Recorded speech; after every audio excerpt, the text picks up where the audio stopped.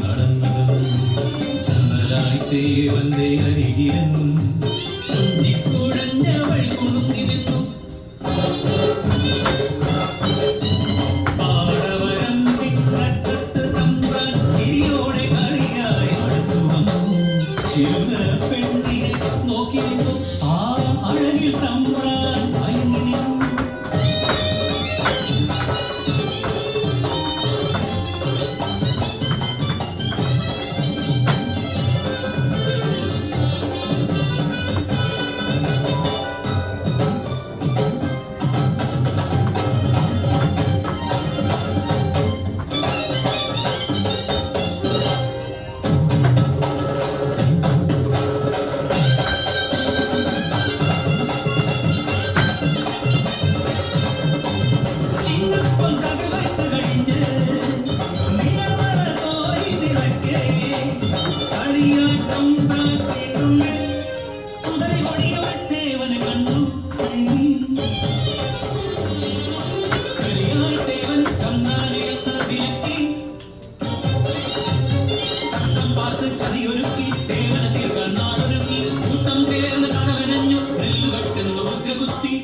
നാട്ടുകൂട്ടം ചേർന്ന് ദേവനെ ആറ്റിൽ മുക്കി താഴ്ത്തി.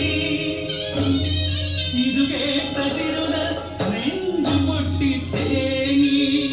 ദൈവഹിതമോ നീത ചിന്തയോ ഒളികണ്ണ തമ്പ്രാനെ വിളിച്ചു.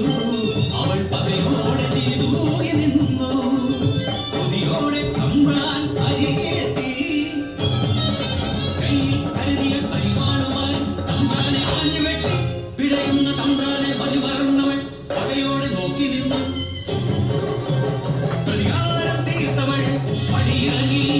തമ്പ്രാന്റെ കൂട്ടാരം തേടിയലഞ്ഞു.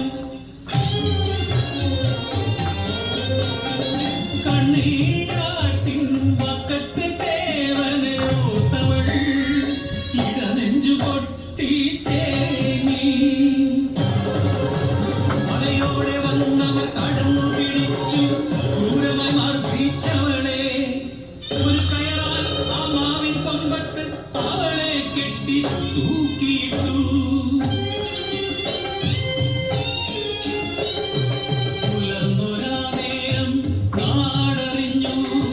ചിരുത പെണ്ണ് തൂങ്ങിയെന്ന്. കണ്ടവർ കേട്ടവർ സ്ഥിതി അറിയാതെ ധരിച്ചു നിന്നു. ചിരുത എന്തിന്